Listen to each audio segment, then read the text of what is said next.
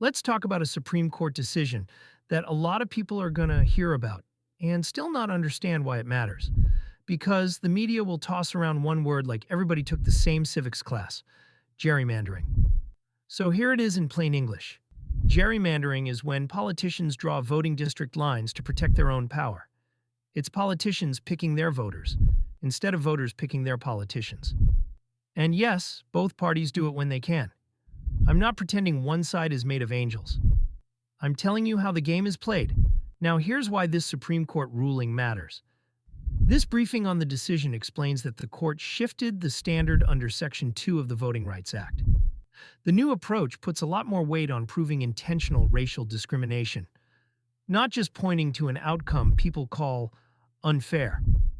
In other words, it's harder to challenge a map just because the results look lopsided. The fight moves toward intent. What can you prove they meant to do? And that matters politically because it opens the door for more aggressive redistricting battles across the country.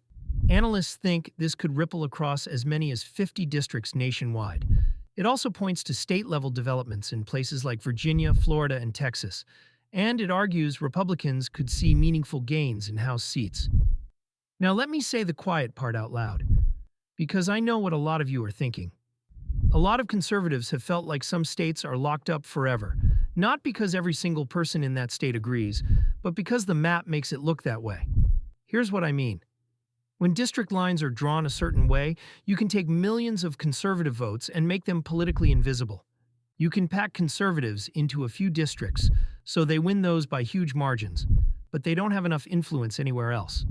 Or you can crack them up and scatter them across a bunch of districts, so they lose all of them by just a little. Same voters, same state, totally different outcome. And that's how you end up with a state that looks like it's in total agreement, when it's not. It's not that conservatives don't exist there. It's that the system is designed so their votes don't translate into representation. Now, I grew up in California, and California wasn't always what it is today. It used to be more politically mixed.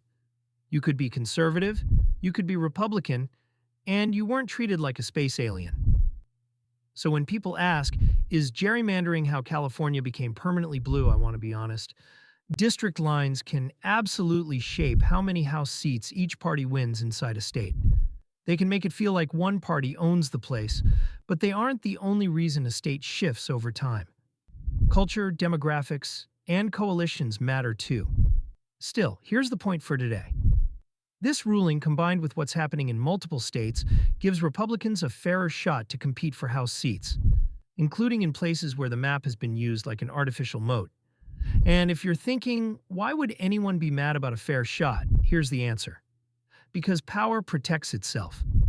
If a party's been benefiting from a certain set of rules, they'll call any change a threat to democracy. If they've been winning under one standard, they'll act like a new standard is voter suppression. But sometimes what's really happening is simpler. They're afraid of competition. Now let me plug in a quick constitutional anchor without turning this into a law school lecture. The Constitution was built for limited government, and structure matters. The 10th Amendment is a reminder that a lot of governing power starts at the state level.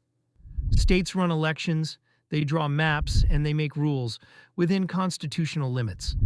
And the 14th Amendment is one of those limits. Equal protection is supposed to be a guardrail, not a political weapon. The standard matters because it determines when courts can step in and when they can't. Caution line: not every map you dislike is unconstitutional. But when the rules are written to protect insiders and punish competition, people have every right to call it out. So here's the debate question I want you to think about.